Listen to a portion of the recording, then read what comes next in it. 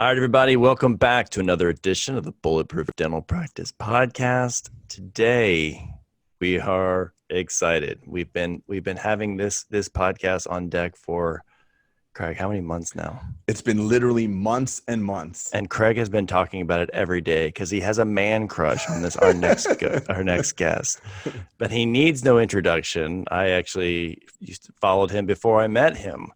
And it just doesn't seem fair. An amazing dentist, international model, television personality. It just doesn't seem, some guys just get all the luck. And today we have Dr. Miguel Stanley. I'm going to give a golf clap for you, Dr. Miguel Stanley. Hey, guys. It's been a long time coming, pal. Been a long time. I somehow think that there should have been fireworks in this intro. There should have been. We're going to do them after. It's going to be video. Yeah. Who has not ever seen you two guys enter stage, let me just fill you in. We're talking Welcome to the Jungle, Guns N' Roses, customized matching t-shirts. When I saw that happen, I realized I'm a failure. I missed that crucial in interpersonal marketing, man. That was amazing. I was blown. I'm hooked. I love you guys. You are amazing, and I'm really, really happy to be here. Well, thank you, pal. Thank you. We Craig and I spent a long time on that intro because we were super worried about the time constraints of being 30 minutes. And we're like, how are we gonna actually deliver any value in 30 minutes? And because Craig, if you don't know, Craig is really long-winded, right? Indeed I am. No, honestly, again, as you saw, I met you in Vancouver physically. I also had heard wonderful things about you from, we have a lot of friends in common. It's a very small industry, and, big fan of your work, but to actually see you deliver on stage, there's a lot of people, there's a lot that you don't see on social media. There's a lot you don't see on Facebook. Let's say social media is what you want to put out. And on stage, you can't really hide behind, it's a whole different animal for sure, right? Yeah, you real deal, there's no face tuning and filters on stage, is that right? Yeah, that's for sure. Photoshop, can't edit it, and that meeting again was quite impressive because the array of speakers, the lineup. It was 3 very, very intense days. And it was, the best of the best. And it was strong. It was very, very strong. You guys, you instantly can smell out who's the real deal and who's not, And your book, The Bulletproof Practice, which I bought on Amazon and paid for, by the way. Wow. You were the one. Hey, your fanboy would have given you a free autographed copy, Dr. Craig Spodak. Yeah, I would have. Speaking of fanboy, by the way, I think it's one of life's most beautiful things that there's certain people that you meet and you get to become instant friends with. And unfortunately, Peter, during that meeting, he had like a serious flu or something like that. I was flying out there with him, and he was like literally in the airport looking like death warmed over. I'm like, shit, I'm going to have to go up on stage alone. So, but Pete, you managed to pull it all off, a little bit of NyQuil and Sudafed and all that shit. You made yourself a cocktail. But the cool thing was when Miguel and I first met, it was like that scene from, what was that movie? Like, did we just become best friends? What was that? It was like Step Brothers or something like that. Yeah. We had instant fun. I'm sorry, I didn't mean to step on you, Miguel, but it's one of life's beautiful things that you can meet people in this world and instantly have this amazing connection. And I was on such a high, and we had another world-renowned environmental, like geopolitical speaker, the most intelligent person at the Orem Summit. They had a bunch of dental speakers and a bunch of thought leaders. So it was really cool to juxtapose all these people and put them all in the same room. And Miguel and I had so much fun with this amazing woman who's can you talk about her? Who was she again, Miguel? Martha Renberg. So Martha is, she has a think tank out of Copenhagen. And so she was on stage for about an hour talking about the future. She's a futurologist. So she does impact studies for, let's say, the oil industry, petro industry, politicians, everything. So she analyzes, does this critical thinking, and it's just, but with understanding the future, artificial intelligence, environmental, where the world is headed. And, I was blown away, and we were very, very lucky to go and get lost in the woods. We went to catch some air. It was amazing. We went from science to being scared of being attacked by bears within about an hour. It was amazing. It was this idea we all wanted to go for a drink, and I'm like, I live in Florida. We're in the mountains of Vancouver, and the mountains of Whistler rather, and I'm just like, let's go for a walk. So we start this walk, and then we realize we're far away from town, and we can't see lights, and there are signs like everywhere around Whistler. Bear Like, attacks everywhere. Yeah, be careful of bears. And I just freaked out. Miguel was happy, and I started freaking out. I mean, it's a real deal, though. There was one strolling around the town just that's right. Remember Dentistry? I mean, dinner, yeah. That's one of the awesome things about these meetings, and I think all of us, we're so lucky that, not only do we get to do our jobs, but we get to talk about it, travel around the world, and, let's face it, get paid to pretty much go and see the world and meet awesome people.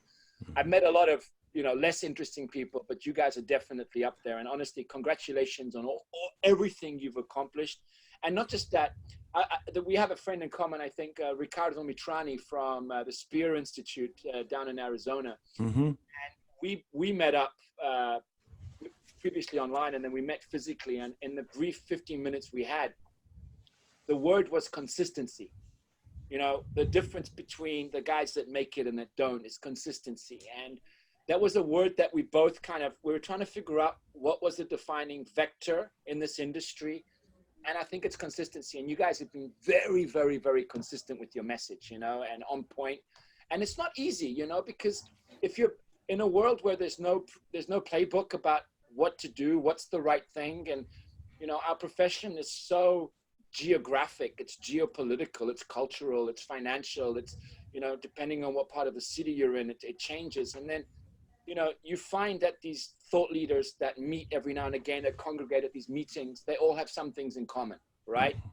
And I would say one of them is without a doubt consistency and just, and ethics and so on and so forth. And it's really cool to see that, to meet absolute strangers and, like was saying, instantly recognize a brother and connect and be able to talk and get past all of the formalities and say, we've got a bond. And I think that's outstanding. One of the things too, sorry, Peter, one of the things that we had early on was this, we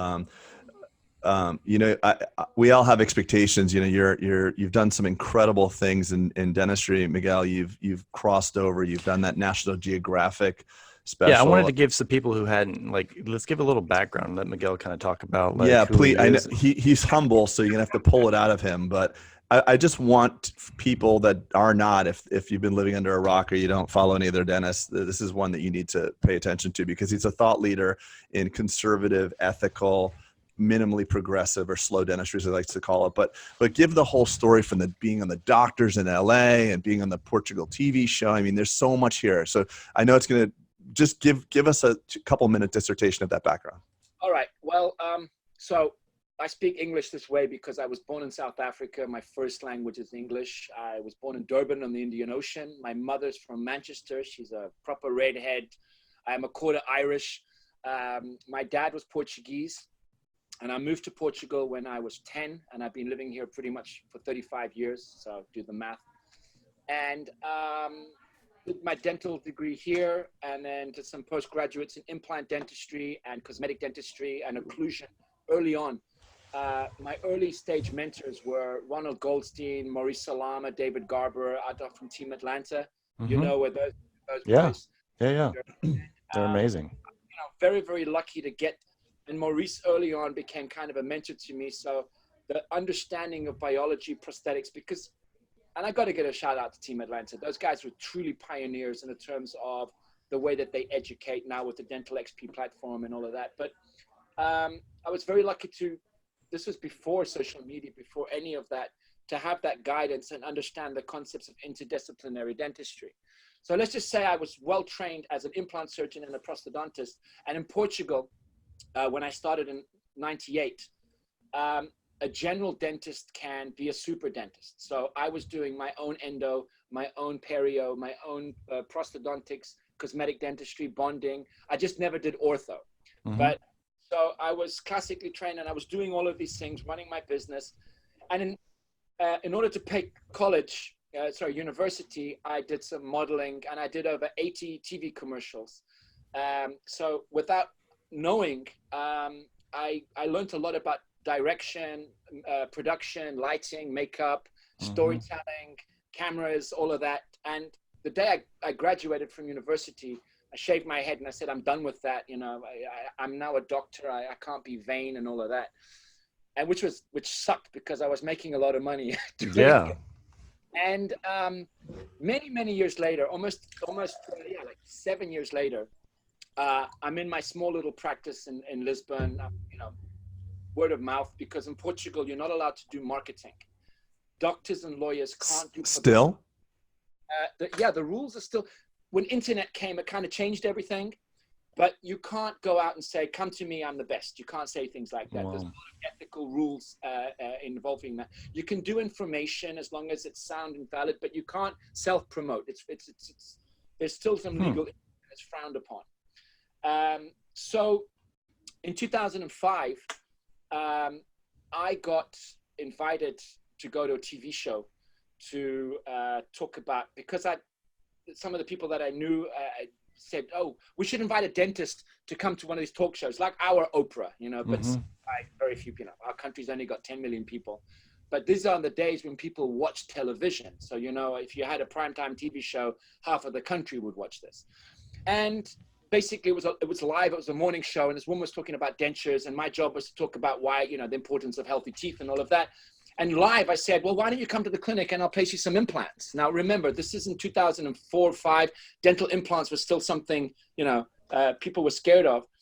And long story short, a week later, they came to my clinic. They filmed me placing some dental implants, doing an overdenture, and her reaction, her emotional reaction. And then I got to go back to the show to talk about that.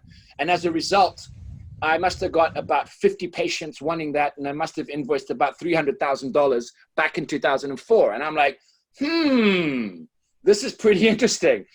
And I didn't, at the same time, I flew to Las Vegas and I saw the Dentsply extravaganza where I'll never forget, Dr. Phil came on stage to Born in the USA from Bruce Springsteen. And I was like, I met the guys from Extreme Makeover, Bill Dorfman and those guys and stuff, and the plastic surgeons from the team. And I'd never seen this. I was like, oh my, holy shit, this is amazing. I mean, and I'd already had a taste of it.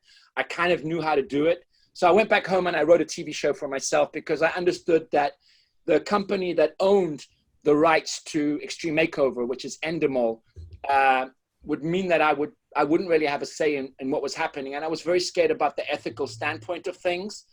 So I wrote my own TV show, which had like, let's say, an interview section. So it was like it would have a journalist interviewing you because it couldn't be promotional. It had to be infotainment, let's call it that. I pitched it to the network. On the spot, the guy said, how much do you want for this TV show? And I had no idea. I was like, oh my God. I thought, you know, let me think about it. I had no answer. I said nothing. And the guy goes, what do you mean you want nothing? You know, how much do you want? I said, I don't want anything. I said, I want one thing. He goes, what? I said, absolute control. Nobody gets on my show. No products get on my show. No doctors, no teams, no clinics, no materials. I call the shots. He shook my hand right there and then. And we started filming. And one of the things that I managed was a 6-month production time, which is unheard of. Why? Because I told them that implants were very important. And at that time, back in 2005, it was a 5 to 6 month healing time for implants, you know, if you were doing delayed loading. So I managed that production time, which is unheard of. Then I got a team of plastic surgeons, nutritionists, skincare specialists, all of that.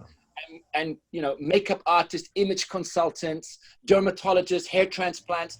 And I was the executive producer and responsible for product placement. So I was doing that in 2006, 2007, 2008. My practice blew up.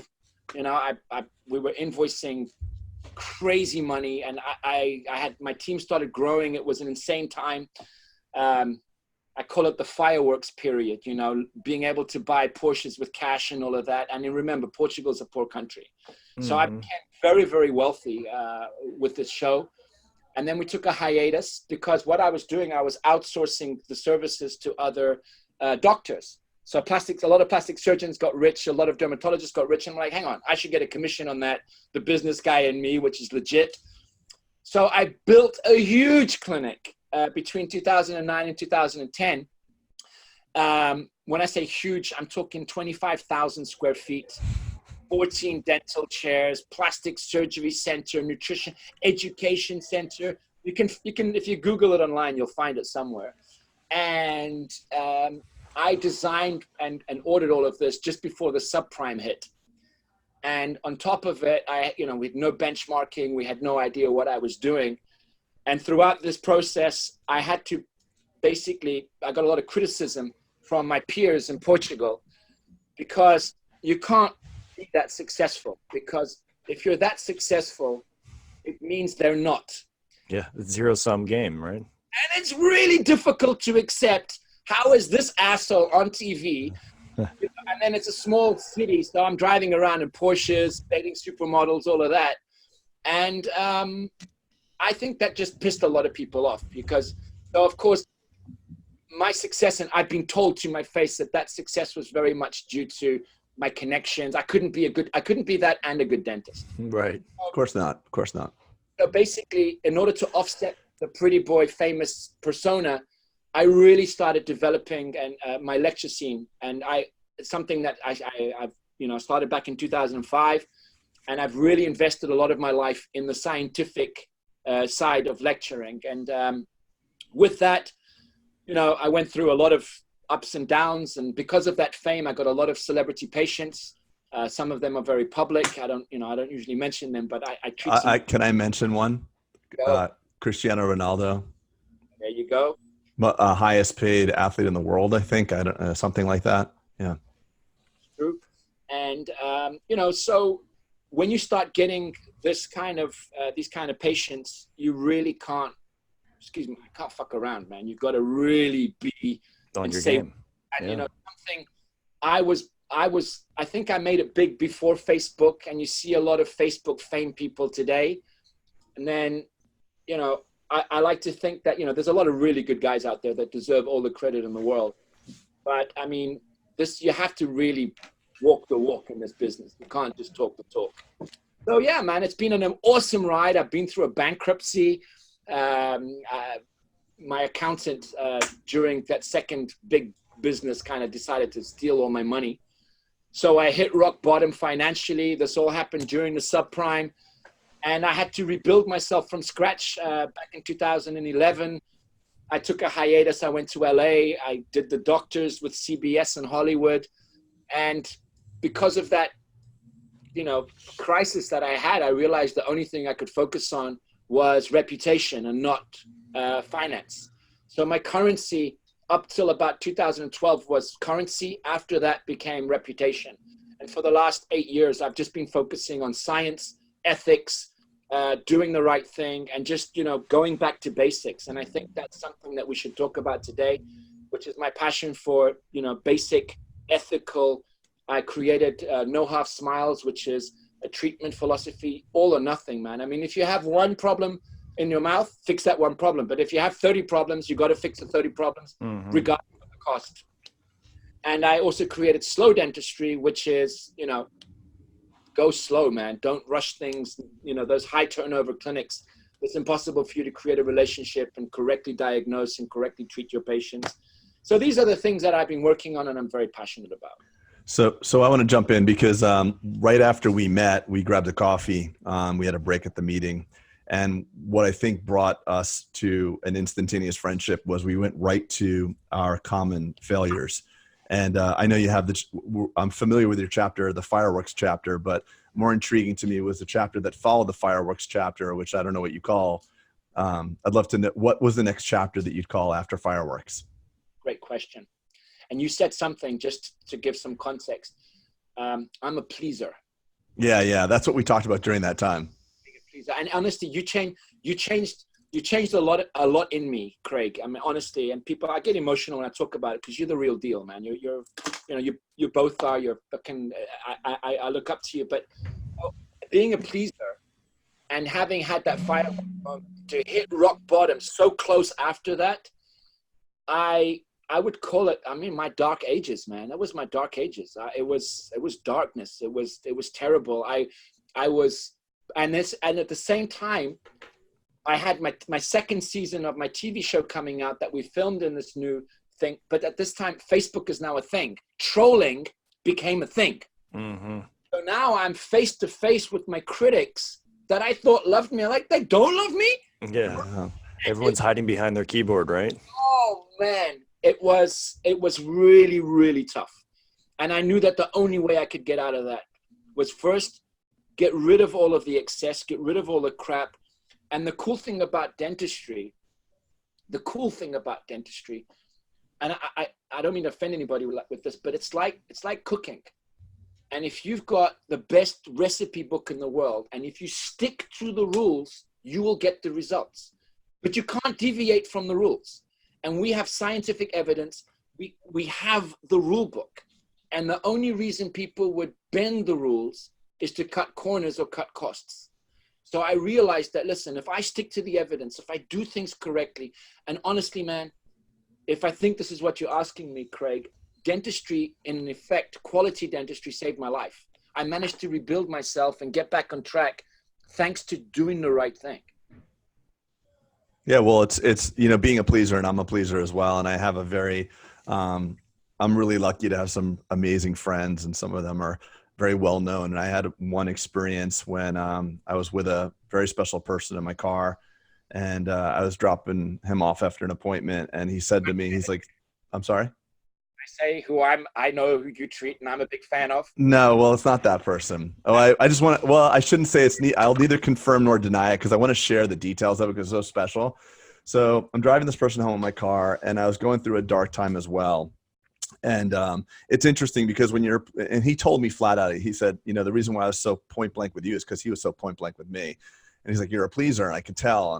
And when you live if you live by people's praise, you'll die by their criticism." And, it's an interesting path we all go through as we develop and we mature into our adulthood. At first, it's like, if I just have this, then I'll be that. Or if I could just do this, then I'll have that and then be this. And you realize that eventually you get all that. Like, you had the fireworks, you're dating supermodels, and you're walking down the street. "Oh my God, Dr. Stanley, love you, buddy." And you're feeding off of all that shit. And then all of a sudden you realize it's not bringing the fulfillment that you really wanted. That's why Hollywood is filled with fucking people that are miserable, because you're hustling, you're working your ass off at Starbucks, trying to get a screenplay and doing whatever. You do it for free. And then all of a sudden you actually hit, and now you're world famous. Now you have a whole bunch of people around you that you don't even know why they like you. They just want to be part of your entourage. And it's a really lonely, dark place. But one thing that I think that you're saying, and that I really vibe with, is that the quality dentistry is your expression of your principles. It says, "Fuck you. I don't care what you think. I live and die by doing the right thing for people according to this recipe." And that's what brings you fulfillment. So when you're principled, the problem is with dentistry is that we all like different food. Some people think Chick-fil-A is fine dining. And some people are like, "Let me have a handcrafted meal." Sorry, we're not hearing you, Miguel, because when I'm talking, yeah, sorry, go ahead. And it's not fine dining. Well, listen. Depends where you are. Depends on where you are. In the deep South, maybe. I've been very happy to stumble upon an Applebee's in my life. For those of you that are listening, All you can eat riblets. Yeah. Delicious. But I'm just saying, the recipe that you allude to is a brilliant analogy. But the problem is, just like food, everybody has a different concept of dentistry. And I agree with you. The worst thing you can ever do to somebody is, when they have a sea of diseased teeth, to stick a single implant in. It's the most profitable thing to treat one tooth, but you fuck the patient. I want to know. I want your take on this, because let's just, again, I mean, you're both successful business people. You both have your individual practices. You share common philosophies. You're brilliant business guys. But I know that the product that you're selling us, so the success, the financial success that you guys are rewarded with, is a reward. It's not a, let's say, it's not like a jackpot. It's the result of hard work, and it's the result of good dentistry. And you wouldn't be alive, and you wouldn't be on stage, and you wouldn't be the thought leaders you are for so long, if the dentistry you were doing was crap. I mean, it's self-evident, right? So I can't understand exactly that thing. I can't understand dentists, and I'm going to really get into this because I have a term for that, and I want to get to that bit. But I can't understand dentists. There's a mouth full of disease, perio issues, gum disease, cavities. Patients, oh, I'm missing a front tooth, and boom, there goes your implant. The guy makes $2,000, and he feels good about himself. So let's just call it what it is. There are assholes everywhere in the world, right? Everywhere. And I just what's happening?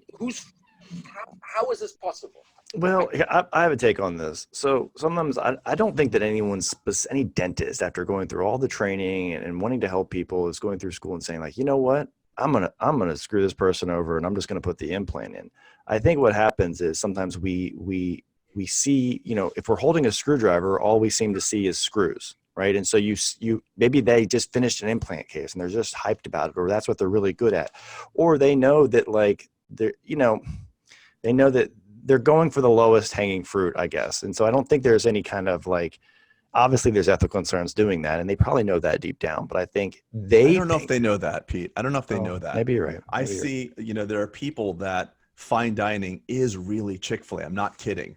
Right. They have the money, they have and listen, people say all the time, like, oh, I can't believe that person, he drives a Porsche and he has terrible teeth. I'm like, you know what? I have money, but when I go to Home Depot to buy an air compressor to fill up my bike tires, there's one for $40 and one's for $400. I don't give a fuck about air compressors. I'm gonna get the $40 one. Just like I always say this, just like house plants are not for everyone, teeth are not for everyone. Teeth require constant maintenance and upkeep. Yeah, but we're talking about the ethics of the dentist. Right, but I'm saying there's a dentist that practices and he is just a patchodontist. That's what he does. So I have a take on this, and I caught some millennials the other day because, as you know, I have slow dentistry. So, and I think slow dentistry kind of explains this, which we're discussing. One of the things in a bit, which, and you can visit this on slowdentistry.com. And so basically it has 4 cornerstones, which are signed valid consent. So the patient knows the risks and rewards of every single treatment, that a simple deep restoration can lead to a root canal. And not only that it could lead to a root canal, but the costs of said root canal and the risks of that. I don't think any patient should go into any treatment without understanding the clinical implications and the financial implications. People that do how much for a bleaching? $100 or $200 or $500, whatever system you're using. Finishing the bleaching. Oh, but now my composites are mismatched. Now let's talk. You're going to be an extra $2,000 to match the composites or $5,000 to match the composite. That dentist knew that before he started. So let's get, and that's the no half smiles philosophy. The no half smiles philosophy implicitly doesn't do finance-driven treatment planning. It does biological occlusion-driven treatment planning, where the only thing that the patient could or could not choose is unnecessary aesthetic dental treatments. So, patient comes in and wants 6 veneers in his social 6 or front 6 teeth, but is missing teeth at the back. And the guy says, well, you should start with the vertical dimension at the back, and then we can do the veneers. He said, but all I got is money for the veneers. Mm-hmm. That's the decision right there. Are you an asshole dentist or are you an ethical There you dentist? go. Yeah. Okay. I agree with that. An asshole dentist will take the money and do the 6 veneers, and then, okay, next year, let's do the thing, right? So signed valid consent form. The second one is, waiting for anesthetic to kick in. And there's some other cornerstones, and you can find out more on that on slowdentistry.com. But you can't oblige people to be ethical. The same way you can't say, Chick-fil-A is not gourmet food and whatever, because we are the result of our own individual journey through our own lives. Everybody's unique. But there is a set of rules in dentistry. There's a set of rules. You know that if you do a filling without a rubber dam and the patient shuts their mouth, there's going to be bacterial contamination of the surface. If you do a root canal without a rubber dam, there's a whole shitload of things that can go wrong. If you do an implant without doing a CBCT and you have thin bone, you're going to have problems if you don't use a certain, et cetera, et cetera. So, man, and I get really But those are standard of care issues, Miguel, right? Versus an ethical thing. But the ethical thing is the art, though. The art, when you have, What do you call a human being, man or female, that sells their sex for money? a prostitute. Okay, there's a word for it. Now, aliens come down to Earth and see a married couple intimately making love and see a couple who is paid for sex. I'm not going to go to the gender. If you look at it, it's exactly the same thing, Right. right? What is the difference? We're all prostitutes for something, Miguel. But both are consensual. Both are consensual. One is actually more expensive than the other in case of divorce, but that's different. You didn't just say that. But what I'm trying to say is that it's an ethical thing, right? Now, I'm not getting into it if it's right or wrong, but what do you call then a dentist who is trained and told these are the rules, and then hits the workplace and bends the rules and cuts corners for cash? What's the difference? No difference to me. No difference. He's a dental hooker. Oh, now we're talking. Thank you. All right. Call All them. right. Hashtag dental hooker. Let's Dental call them. hooker. Because, for God's sake, man. I mean, you got orthodontists putting on brackets with teeth with plaque, and they're like, oh, but if I don't place my brackets on today, I'm not going to get my commission, and my hygienist is not here, and they do that, and you know it's happening. They're putting on Invisalign with cavities, and I just think this has to happen, has to end. And Well, we have another level.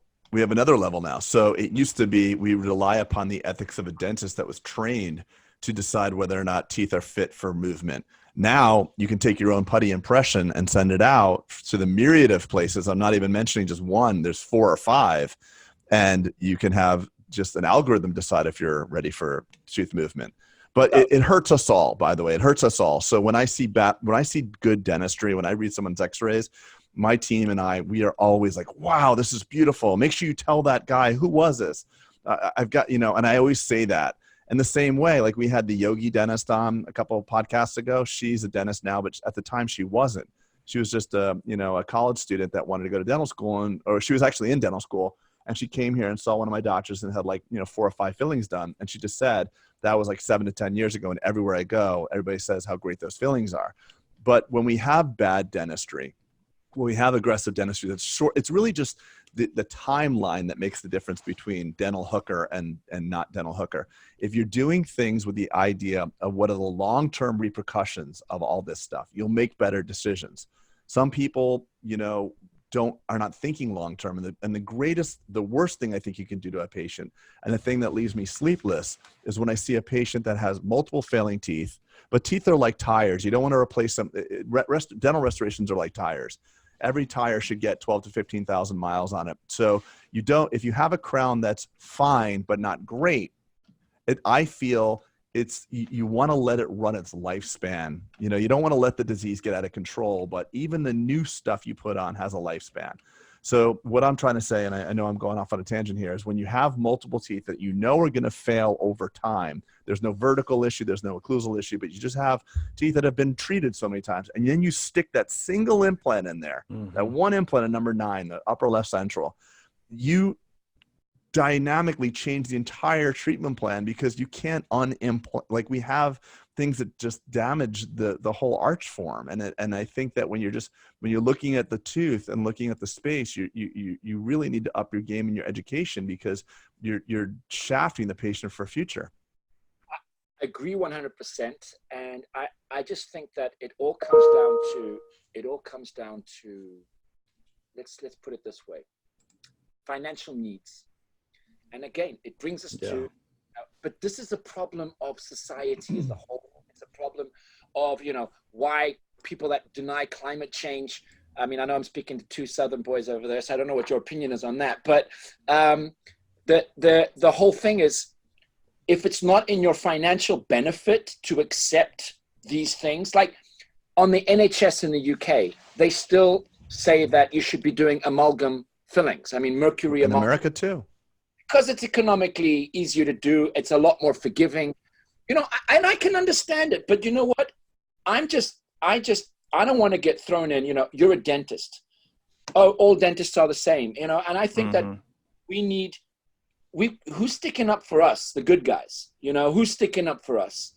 And I would say, and Peter, I want your numbers, and Craig, I want your numbers. Let's just say 2019. How much of your revenue came from redoing bad dentistry? Peter and Craig. Jeez. Craig, go ahead first. Let me. I would be speculating. Roughly between. Failed dentistry. You know what I find a lot? I think this begs a little bit of just a moment of just clarity. When a patient, there are oftentimes patients who get taken, and they come in and they say, "Oh my God, I can't believe I had all this done. I'm really upset. I need to have all of it redone." But what I find more frequent is a patient that comes into a practice like the three of ours and says they have bad dentistry everywhere. They have a very low dental IQ. And you tell them a crown is X dollars and they freak the fuck out. They're like, "What do you mean X dollars? I just had all this done for 1/4 X." So it seems normal or more common. It might be my anecdote on my own bias, but shitty low IQ patient that doesn't value dentistry seems to somehow find dentist who doesn't value dentistry. They get what they deserve. They meet each other somehow. I've had people pull up in Bentleys with Rolex watches and they're like, "What do you mean a crown is $1,000? I think we're discussing, then I think there's several vectors to this. And I don't know if you remember on my slide, it's like as dentists, we never know what's coming through the door. Yep. Is the male, female, or gender specific? Is it rich, poor, old, young? A dental virgin or lots of dental treatment, the educated, non-educated, so on and so forth. And the complexities of any patient given are huge. Mm-hmm. I didn't say bad dentistry. I meant, let's say, bad dentistry done in the last 10 years that should still be good and has failed mechanically or biologically. I'm not talking aesthetically. I'm talking biologically or mechanically due to, let's say, bad treatment planning, poor execution, bad selection of materials. And I think a lot of it, in my case, I'll give my number. It's well over 90%. Okay? What? Well over. Well, it's 90%. Portugal too. I think we have a lot of insurance companies. So I would say 80 to 90% of the population choose clinics based on location. If the insurance covers the dentistry, and on pricing, they don't look for technology or for quality. It's in general, but people do get what they pay for. But I'm kind of appalled about the lack of public knowledge. I mean, I've done National Geographic TV shows. There's a lot of dentists promoting quality dentistry out there. Why do you think the public is so ignorant in terms of what quality dentistry is? I have an understanding of it, or at least I believe I do. The public does not value it as much as we think they do. And proof of that is the viability and the economic spread of the do-it-yourself dental model. So the fact is that knowledgeable, I've been surprised how many knowledgeable, educated, affluent people are going to do-it-yourself orthodontics. I would not do that if I was them, but they're doing it. So it lets me believe, we learn about the public's thought by what, who would have thought that Uber would be a thing, 10 years ago that I'd call up an app and I'd get in the car. I was always told never to get in the car with a stranger. Now I'm like paying to get in the car with a stranger. So, we learn by what the consumer tells us.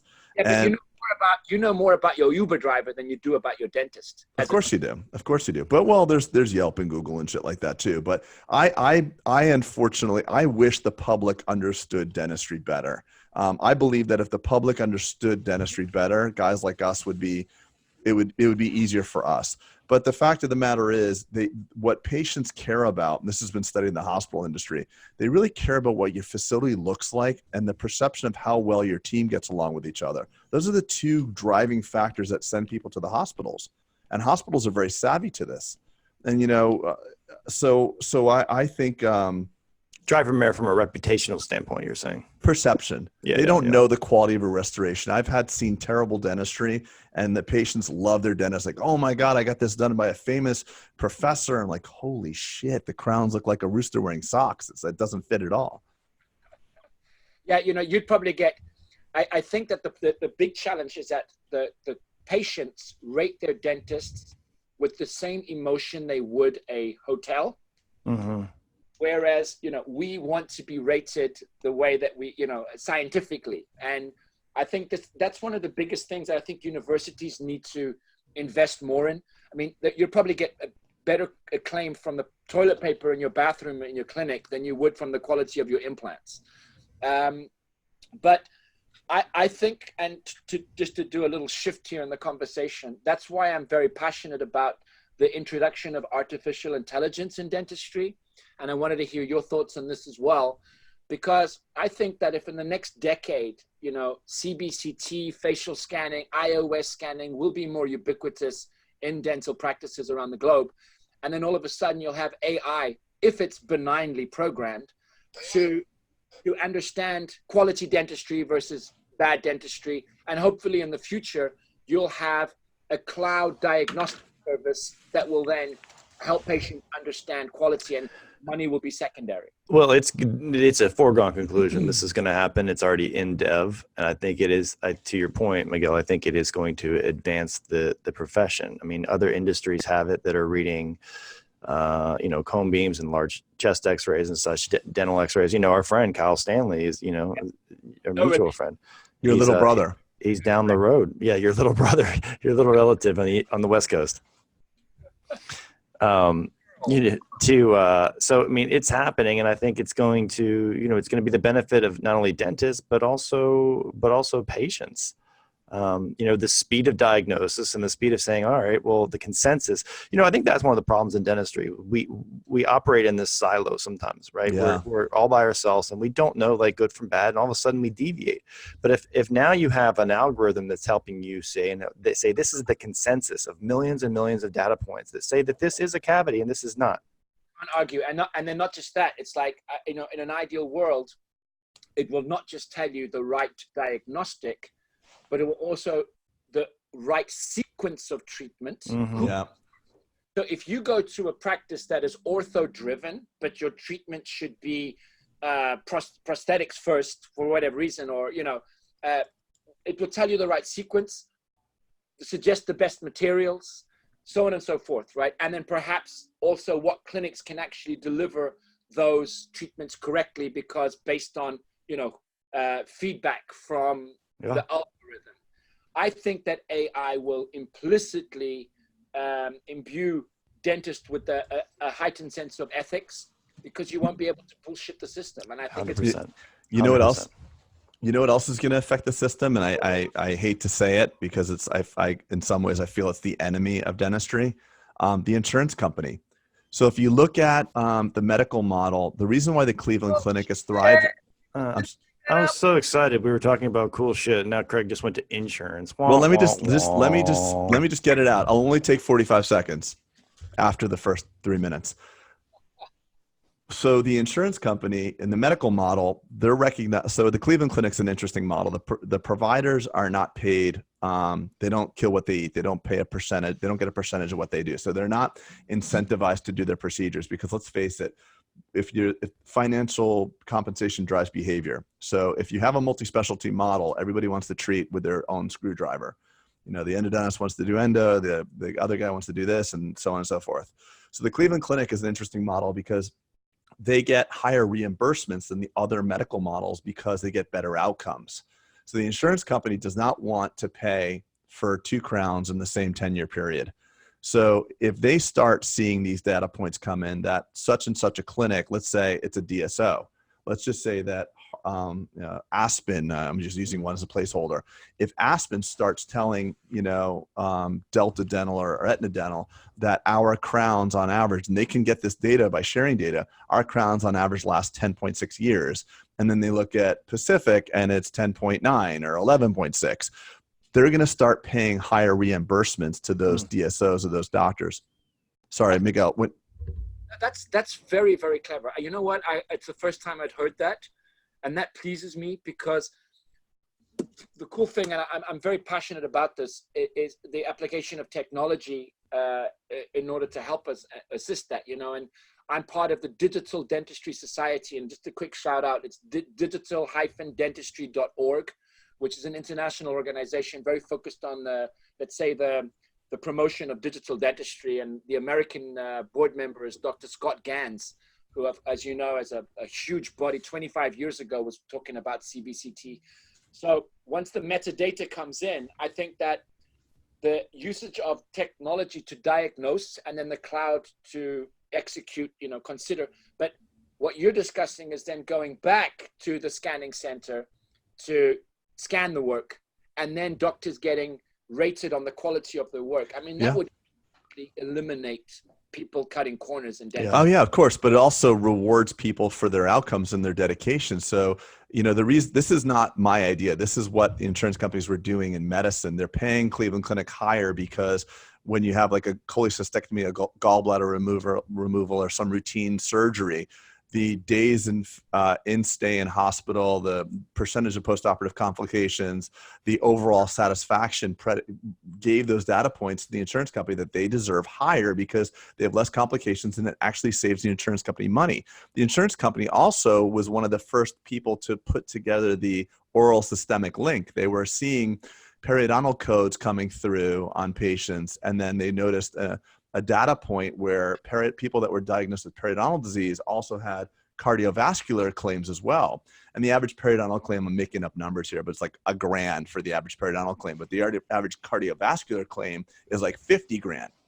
So the insurance company's like, oh shit, maybe we should start paying for perio disease, because if we don't, that same subscriber 7 to 15 years down the road is going to have a heart attack, and we got to save money. Why do you think then that dentists, I mean, I got invited to be a keynote at the ADA in San Francisco back in September. And the topic of my lecture that the American Dental Association asked me to give was, are consumers and technology driving change? And I had a lot of fun with this topic because I did a bit of deep diving and thinking and it came up to me that dentistry is a consumer product. Why? Because of course it is. It's a consumer product. And the biggest mistake, and I had a beautiful discussion with the Dean of Harvard Dental School, Bruce Donoff. Dean Bruce Donoff is a wonderful guy. If he's hearing this, big shout out to him.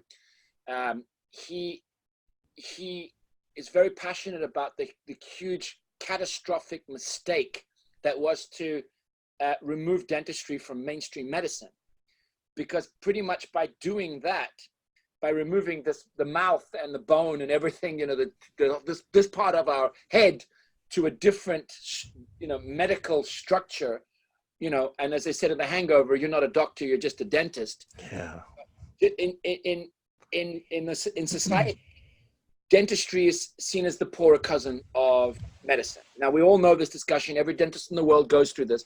But don't you think that us dentists and the dental industry, there's 2 million of us, have done a shitty job at defending our profession collectively? What can we do to improve that?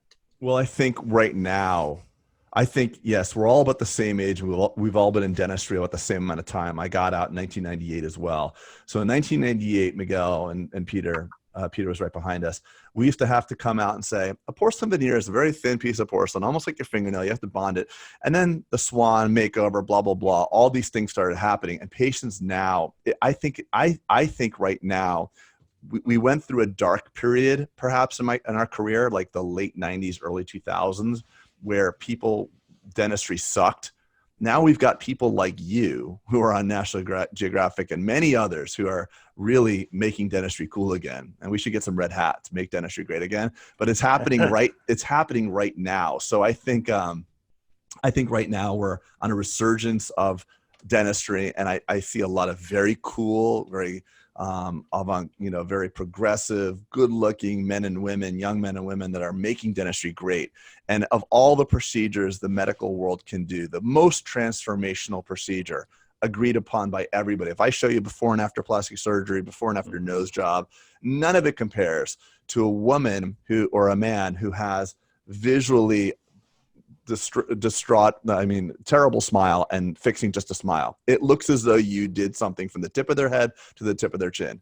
There's nothing like dentistry, and we're all doing our job with full-time with videography and stuff like that, doing that. So I think we're on our way. What I'm most mad about, what I'm most mad about, and I probably shouldn't say this, but I'm most mad with the ADA.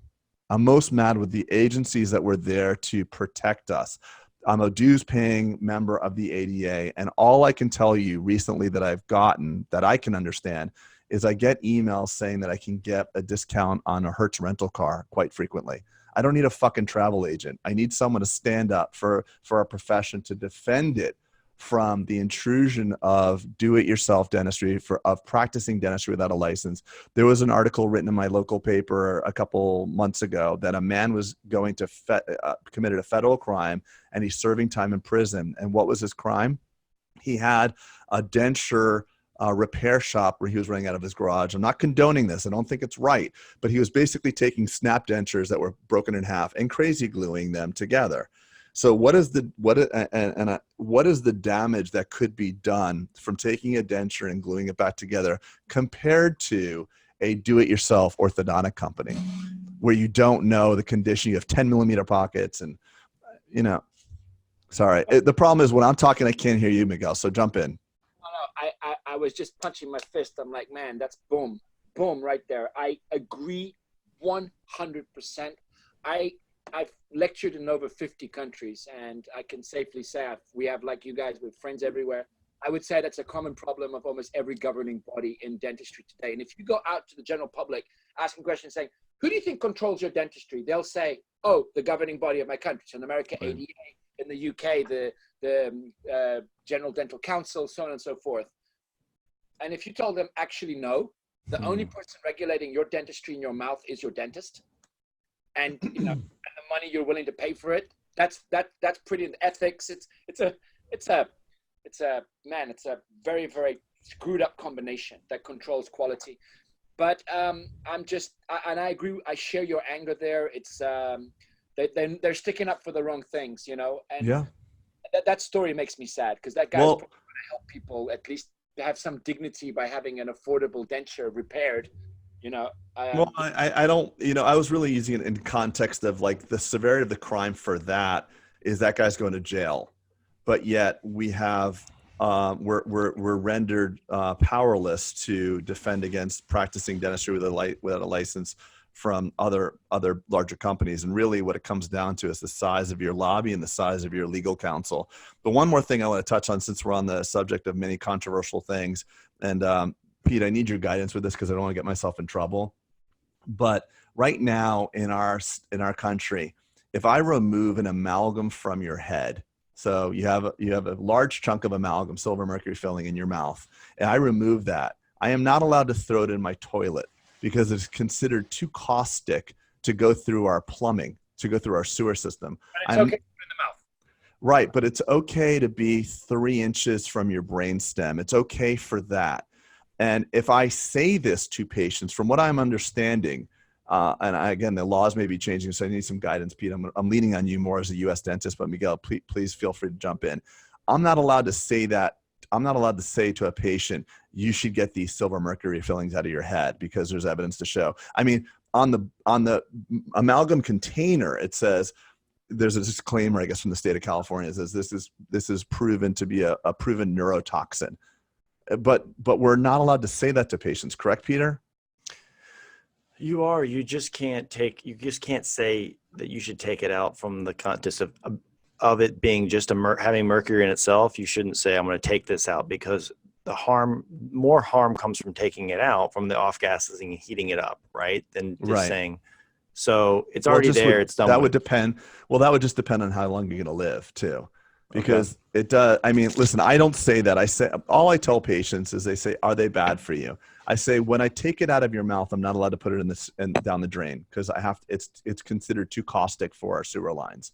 But I can't speak to, I never tell a patient to take it out, based on the. Have you ever seen that movie, The Smoking Tooth, or that YouTube video, The Smoking Tooth? You guys got to watch that. Yeah. So it shows the mercury vapor coming out when you're drilling it out. Yeah, no, just even sitting there, like actually chewing gum, like they kind of rub it with gum, or paper, like they have a dentiform tooth kind of thing. But just actually the friction, that little amount of friction causes the mercury off gas. But Craig, back to your question, I don't think you're not prohibited. I don't think there's been guidelines that says you cannot say this, but it has been frowned upon to create quote unquote scare tactics for the purpose of just trying to rip out everyone's amalgam fillings so that you can benefit from a financial standpoint. I think that's the issue. Yeah, the statement on dental amalgam is very clear. It says it's safe and affordable dural material that's been used to restore teeth in more than 100 million Americans. I don't know. We've stopped doing them here in my practice. And like we were late, like 2003 or 4. And I just said to my dad, I'm like, Dad, I know you like it. I know it's really good to, as a dental material, you can stuff it in a wet environment, it's subgingival, and it's going to hold up. It's going to block decay. It's going to corrode in place. I mean, my daughter could place an amalgam filling. Like there's nothing to it, right? Dig a hole, plunge it up, bite, looks good to go. Lasts for 100 years. I would like to jump in there, and I haven't touched the stuff since 1998. All of our dental chairs have the filters, and we managed to recycle everything. We're in Portugal. I can, we don't have those. I can say what I want to say, but we follow the biological dentistry approach in removing amalgam. So I will literally wear a scuba diving mask. Mm-hmm. I will put one on my patient, and we have a high-powered suction thing, the rubber dam. Do you wear a respirator too? The ones that the graffiti artists wear? Yeah, the respirator, yeah. I will have one of those on, and we'll do one at a time, high suction to get it out, with very special drills. And cold water, yeah.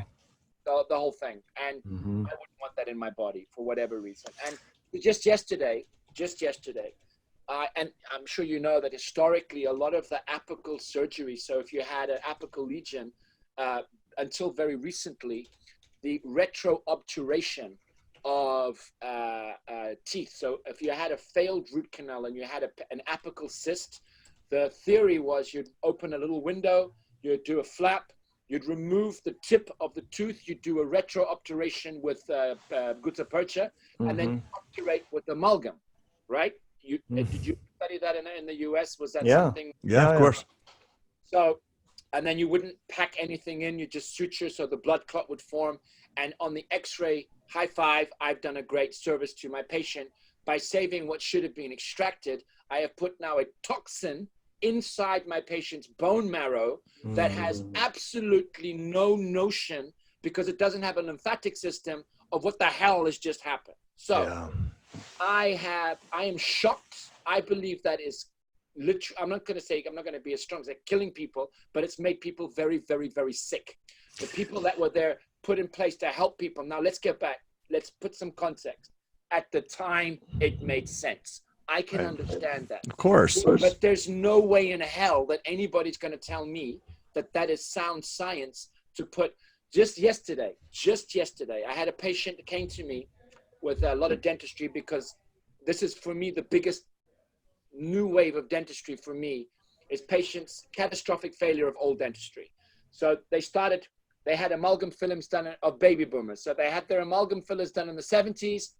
They had that changed for whatever in the 80s, root canals in the 90s, implants in the early noughts, and now all of that is messed, and they're looking for help. So I had this guy come to me, and he had a leftover piece of amalgam in this first lower right molar, about 2 millimeters away from his nerve. All right. It's not encapsulated in the x-ray. It's completely, and I'm trained classically in my university was leave it, just monitor it. That's the training. So I had to I wanted to place an implant in this guy. So I took my CBCT, everything looks okay. And it's right in the path of where I needed to place my implant. And I open the flap and I'm doing the drilling. And my idea was to remove this little bit of amalgam that was trapped within the bone marrow. As you're doing osteotomy. As I'm doing my osteotomy.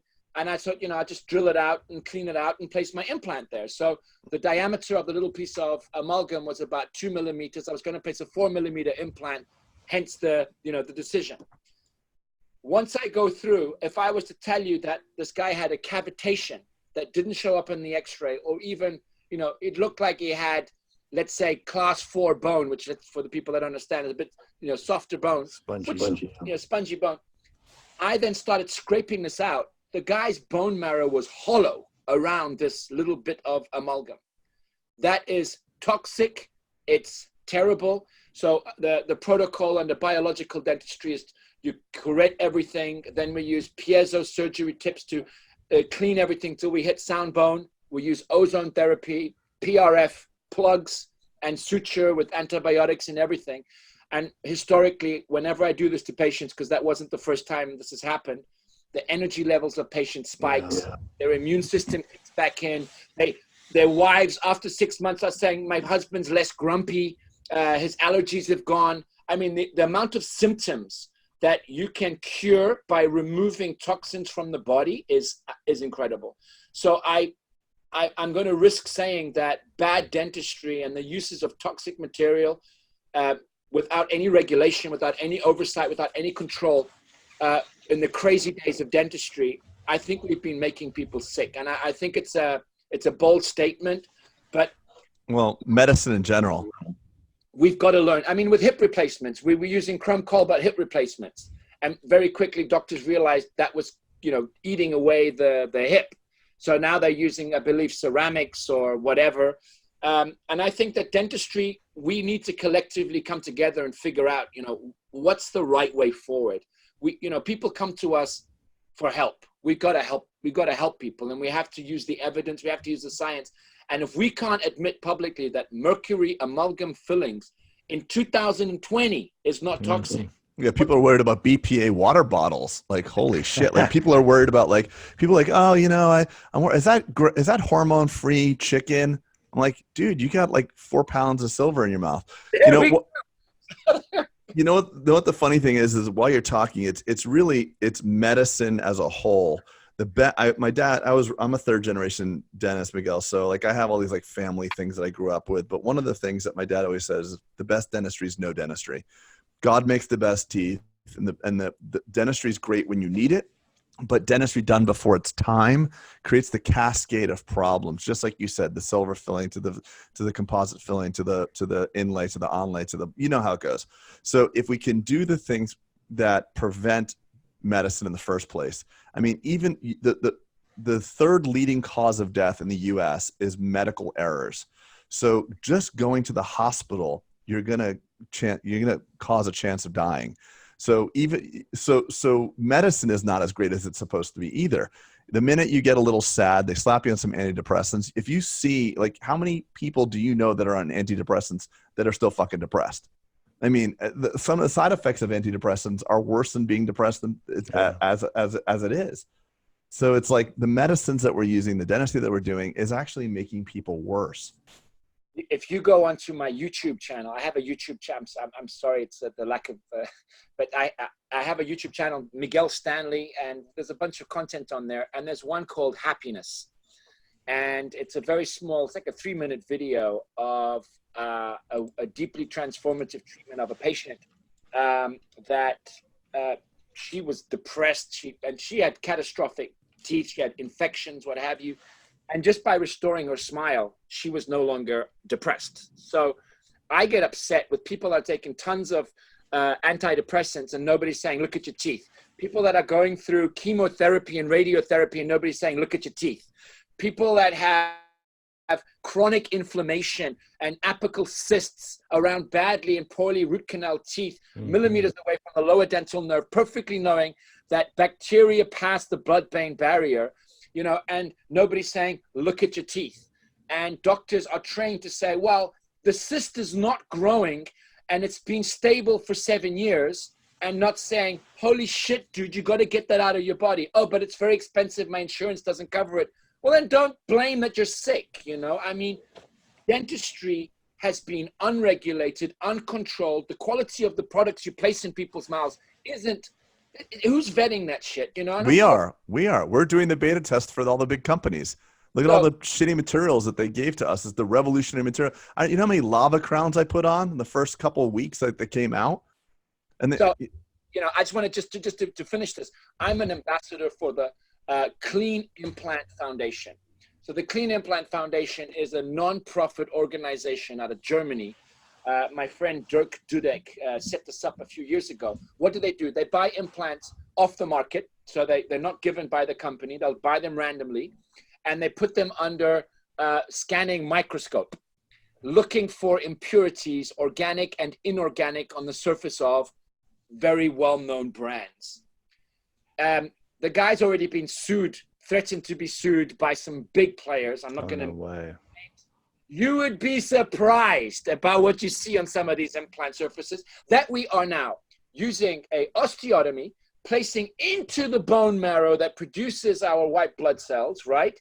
And has absolutely no lymphatic system. It doesn't know how to heal itself because, let's face it, it's the only thing that shouldn't be in contact with dirt is the bone, right?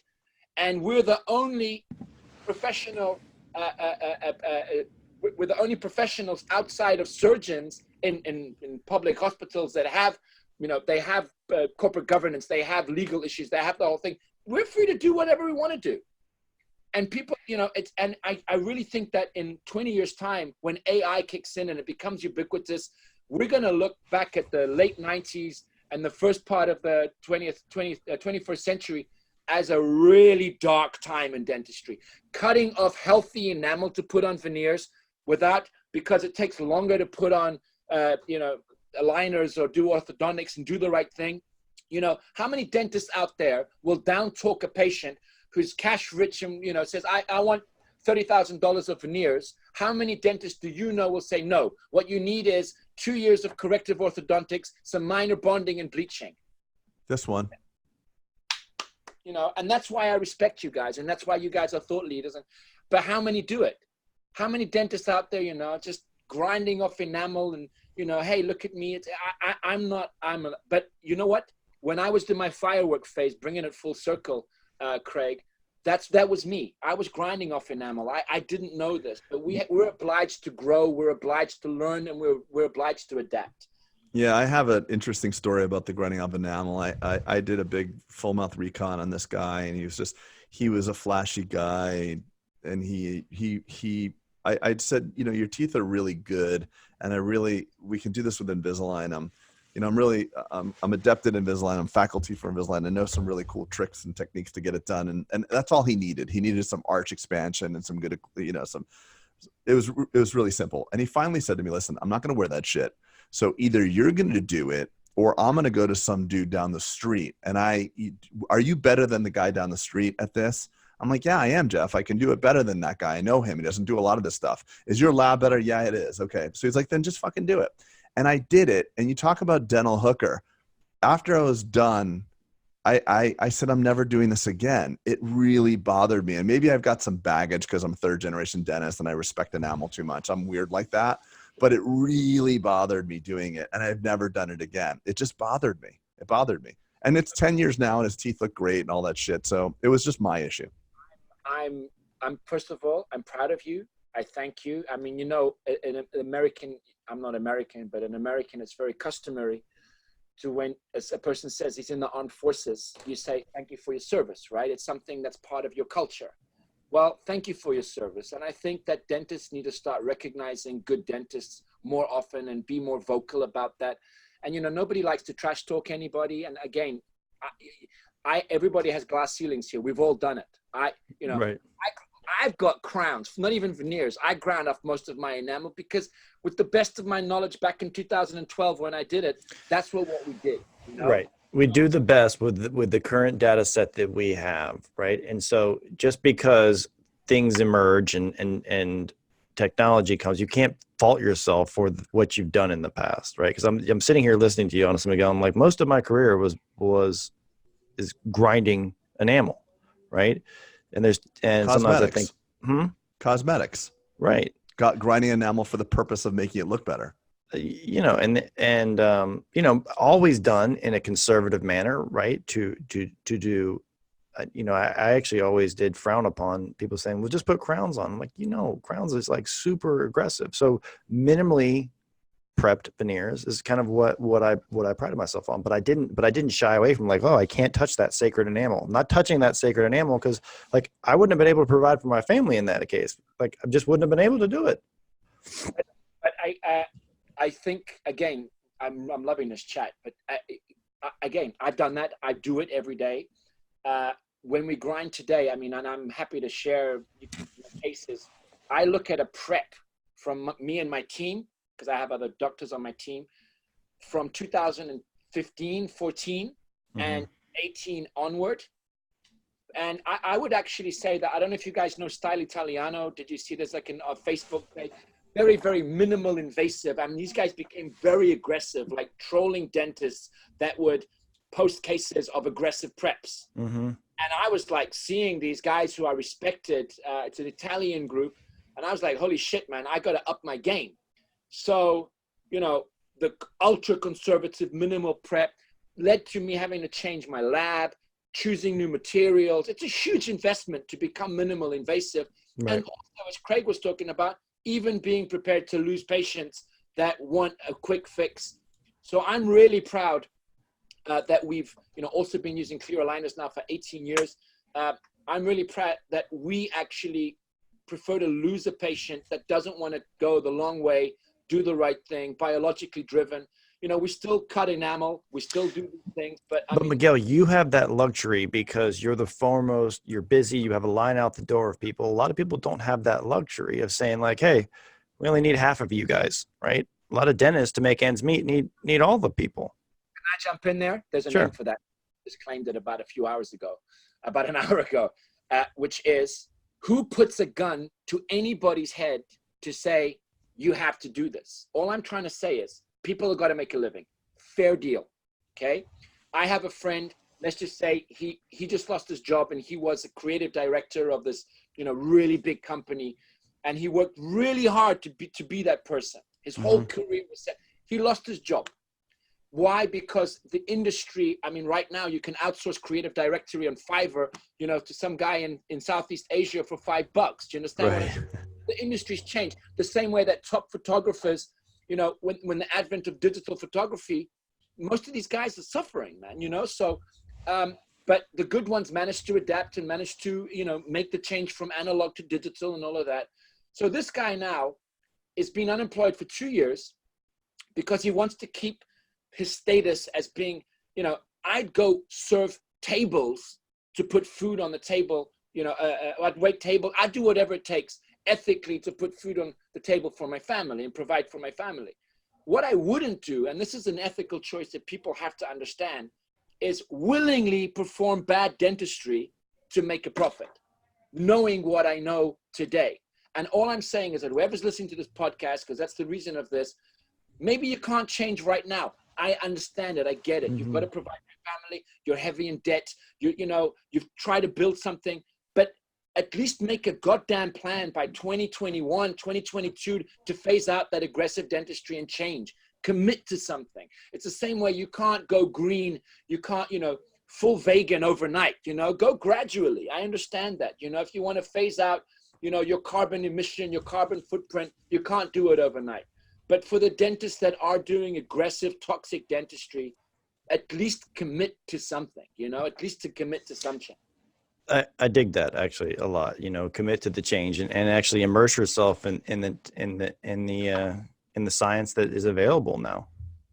We've got a lot of big influential players though, in our space that are actually touting the opposite of, you know, taking people that have what appears to be really decent smiles and minor rotations and stuff like that and veneering them. So, you know, as much as I love this concept, it's getting to we live in this economy, right? So it's being consumers are sometimes saying, and Miguel, you maybe don't have this same experience, but you know, Amazon delivers stuff in an hour and like we're in this on-demand economy and people want it now. They don't want to wait for 2 years of ortho. They want to be pretty and Instagram ready. But there's future pain and there's present pain and future pain. That's what they're not seeing. And I'm not saying I'm not buying for one side or the other, Craig. I'm just saying like, you know, unfortunately some of it is just the economy, you know, and the demands of the people around the economy. So, and I would actually say in the defense of that, let's say that there is an industry for quick fix dentistry. Let's call it purely cosmetic dentistry. Mm-hmm. And the problem is that dentistry is huge. And this is what is dentistry. So you've got health dentistry, you've got functional dentistry, you've got pain dentistry, and you've got purely cosmetic dentistry. So let's eliminate everything else and let's just talk about purely cosmetic dentistry, right? From the principle that people have super healthy smiles and everything, whatever. So you're grinding off enamel and putting on veneers. I'm okay with that as long as the public know the risks of that. And I just think that that discussion isn't really that open yet. No. It's not that. I think so. Again, you've got people that do full body tattoos and pierce. Whatever you want to do. I just think that it's important that people are aware of that. I think that's a huge industry. I think that it's going to grow. I think that that industry has still another 10 years of continued successful growth around the world because people want to look beautiful right now. I understand. Yep. I just don't want to be confused with that. That was me 10 years ago. You know, I'm looking for a more biological approach, a more natural approach. And you're right, Peter. I can afford the luxury of thinking this way.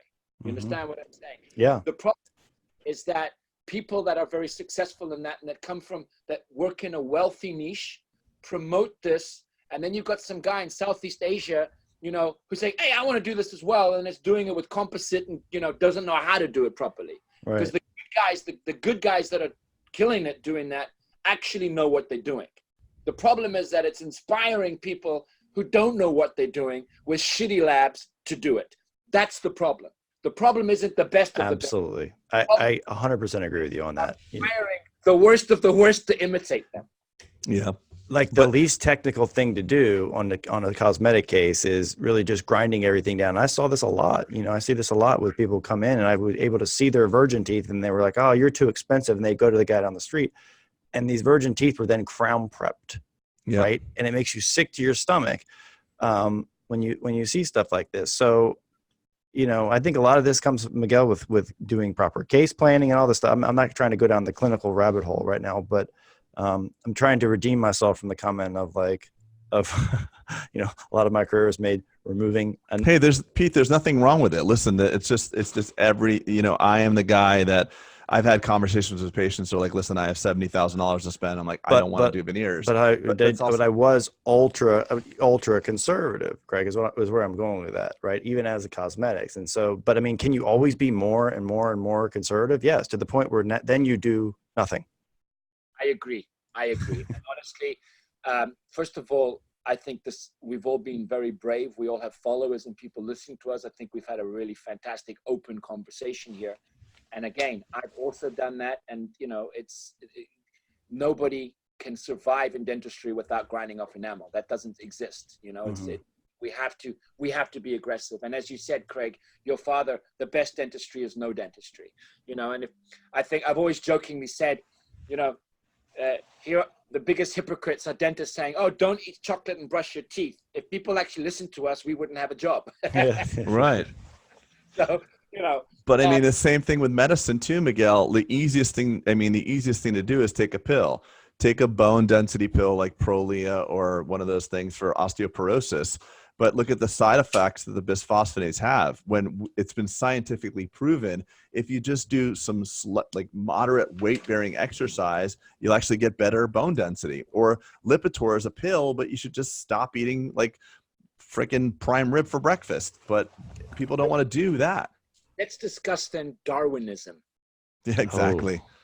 You know, if people want to be dumb enough to not do the research, I mean, quite frankly, let Darwin kick in, man, and we'll sit down and see where our species has evolved to in the next 50 years. That's a bleak thing. Have you read the book Sapiens, Miguel? I have. I'm a big fan of that guy, man. Wow. We talk about like we're ruining the climate and ruining our ecosystem. Human beings that just walked and looked just like us. We're destroying our world since the day we left Africa. It's incredible, but that's a tangential comment. And the next one, the Homo Deus, the evolution. I heard that's amazing. Where we headed to, and you know, I just, the world is a scary place. You know, I've got a young daughter. I'm about to have a new baby, and Do you know what is it? Is it a boy or a girl? girl. I'll have 2 little girls. Oh, retribution for all your supermod, the fireworks days. This is God. God's done it. I know that you're a big fan of is it the Second Amendment rights there, Craig? It's the Second Amendment. The right to bear arms. I don't know what you're talking about, actually. I'm sending my daughters to spend summer with you after the age of 13. I'm just saying, okay? Well, listen, you're an amazing human being. I have no faith. I have no doubt in your ability to raise an amazing woman, a young woman.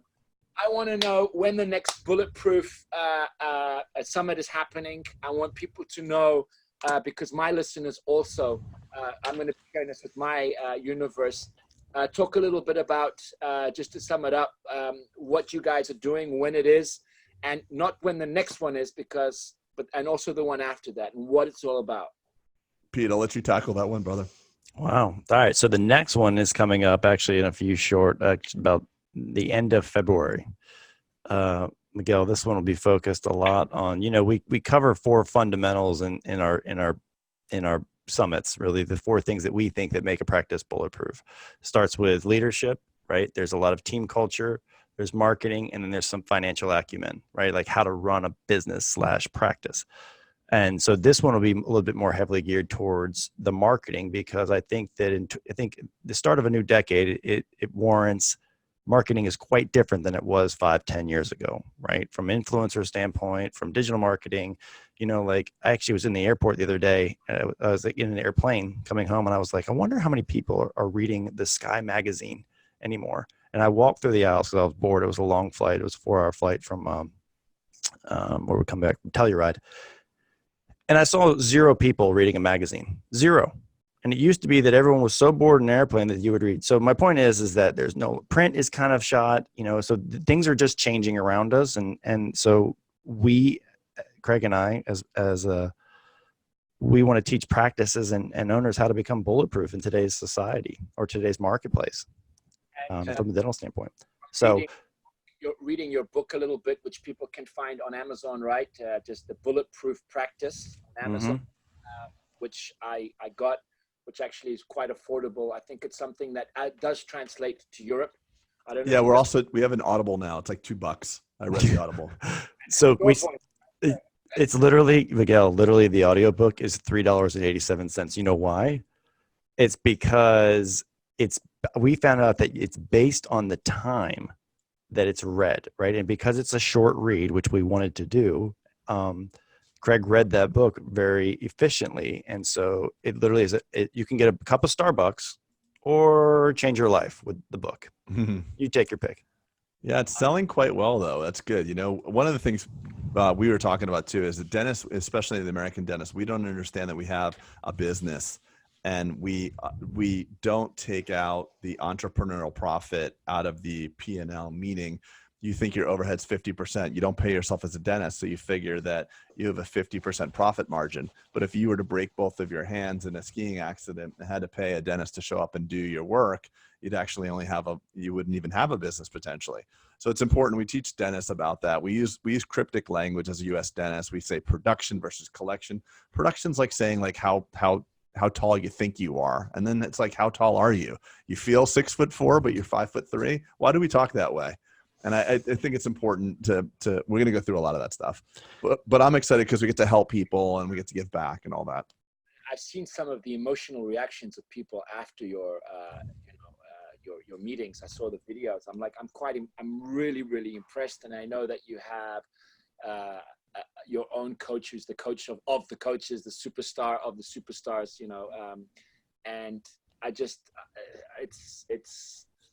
it's amazing. And I think you guys are doing something awesome for dentistry. And I really want to just congratulate you. And I can't wait to see you guys again on stage. And hopefully I can help you one of these days. We can think about bringing Bulletproof to Europe. Wow. Let's do it. Yeah, let's do it. It'd be awesome. We could do a European roadshow. I mean, as long as I can just, see you guys walk on stage with Welcome to the Jungle, man. It's to meet you. Because we're not that open about finance and the business side of things in Europe. UK, yes. The UK, definitely. Very finance driven, the business side. And quite frankly, UK dentistry needs you. I'm a registered, licensed UK dentist. I have no business there. I've never practiced there. But because I'm a British citizen, I wanted to. So I've been looking into it. The average time for an appointment on the NHS is 15 minutes.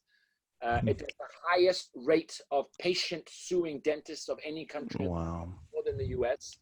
And then I follow a Facebook page, and the level of, it's shocking. It's shocking. So I think there's a lot of work to be done. And guys, count on me whenever you need. I'm a big fan of your work, and I look forward to seeing you guys again soon, man.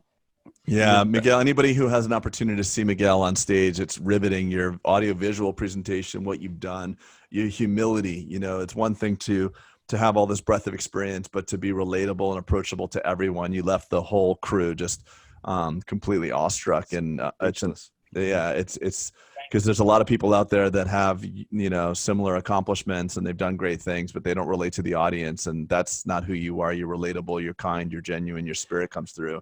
And I'm just freaking so happy that we're friends, buddy. I appreciate it. I think it takes, you know, having had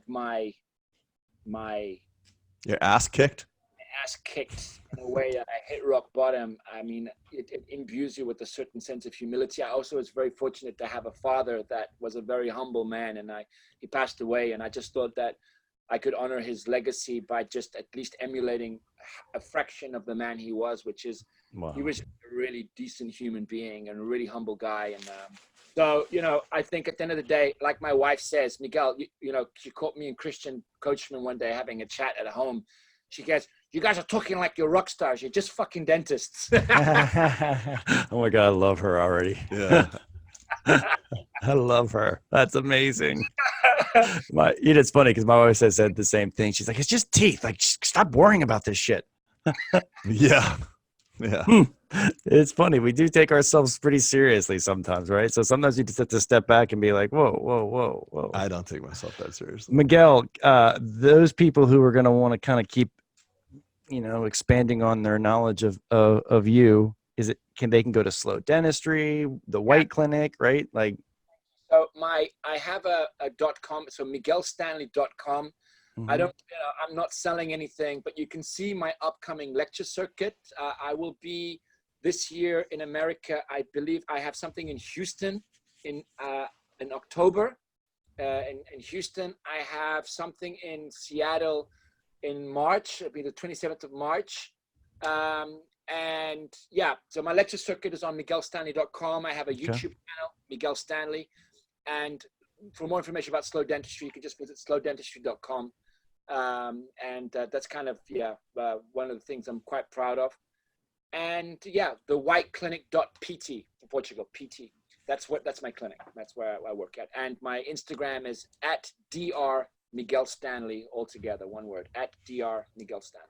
Yeah, I love your Instagram page, buddy. I love it. It's always positive and you're focusing on a lot of good stuff. And just such an honor to have you on this podcast. Thank you for your generosity of your time and your friendship and your constant support. Just know you're always welcome on the States anytime you're traveling through this area and you want to spend a couple extra days on the beach here in Florida. I got a guest house for you and your family, and I'm hereby inviting yourself to. I'm inviting you to Pete's house as well. I've slept many a night in his downstairs basement. So go down there too. Thank you up on that. Kick back, drink some silver bullets, listen to some good old country music. I'm a big fan. Yeah. Little Chris Jansen for us, right?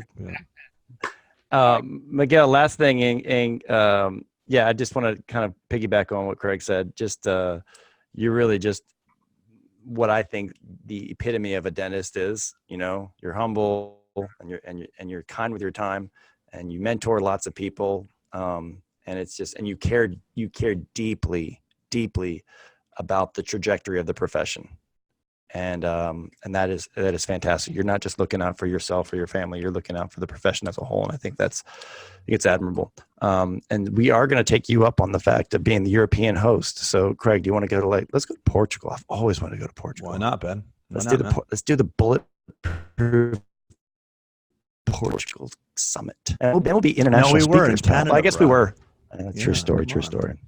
Canada doesn't feel so international. Hey, don't upset the Canadian I'm listeners. not upsetting him. It's just the same continent, right? I want to I need to go over a large Oh, pond. you want intercontinental. There we go.